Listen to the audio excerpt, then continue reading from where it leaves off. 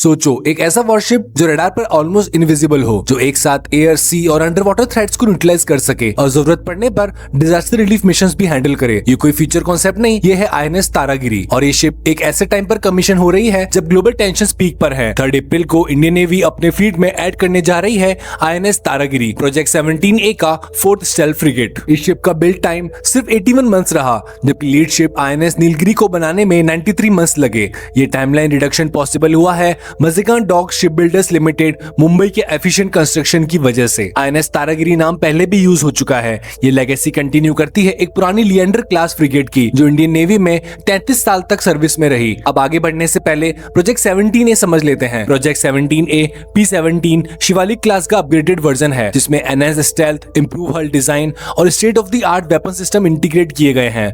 इस प्रोग्राम के अंदर टोटल 7 फ्रिगेट्स बन रहे हैं और आईएनएस तारागिरी इस क्लास की 4th शिप है। आईएनएस तारागिरी को वॉरशिप डिजाइन ब्यूरो ने डिजाइन किया है और इंटीग्रेटेड कंस्ट्रक्शन मेथड से बनाया गया है। ये एक एडवांस आइट्रेशन है अर्लियर डिजाइन्स का, जिसमें इंप्रूव्ड स्टेल्थ कैरेक्टरिस्टिक्स और रिड्यूस्ड रडार क्रॉस सेक्शन दिया गया है। ये 6670 टन की फ्रिगेट एक नेक्स्ट जनरेशन लीप रिप्रेजेंट करती है। इसमें स्लीकर हल डिजाइन है और सिग्निफिकेंटली लो रडार क्रॉस सेक्शन है, जो इसे पहले के शिप से काफी ज्यादा स्टेल्थी बनाता है। मतलब एनिमी सेंसर्स के लिए इसे डिटेक्ट करना एक्सट्रीमली डिफिकल्ट हो जाता है। इसमें कंबाइंड डीजल और गैस प्रोपल्शन सिस्टम यूज किया गया है, जो हाई स्पीड और लॉन्ग एंड्योरेंस दोनों प्रोवाइड करता है मल्टी डायमेंशनल मैरीटाइम ऑपरेशंस के लिए। वेपन्स की बात करें तो आईएनएस तारागिरी का weapon suite truly world class है। BrahMos supersonic cruise missile surface to surface strikes के लिए, super rapid gun mount, multi function active radar, anti submarine rockets और torpedoes, medium range surface to air missiles और एक advance anti submarine warfare suite. और ये सब system seamlessly integrated है एक state of the art combat management system के through.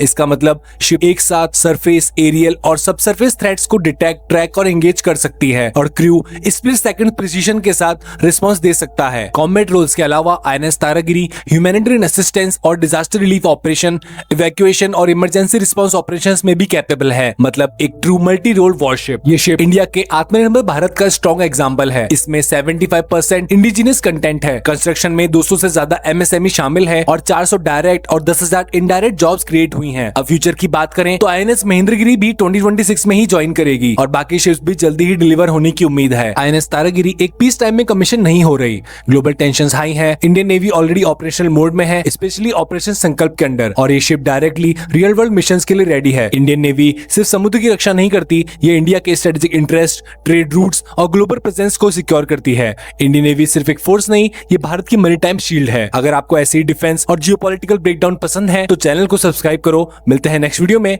जय हिंद।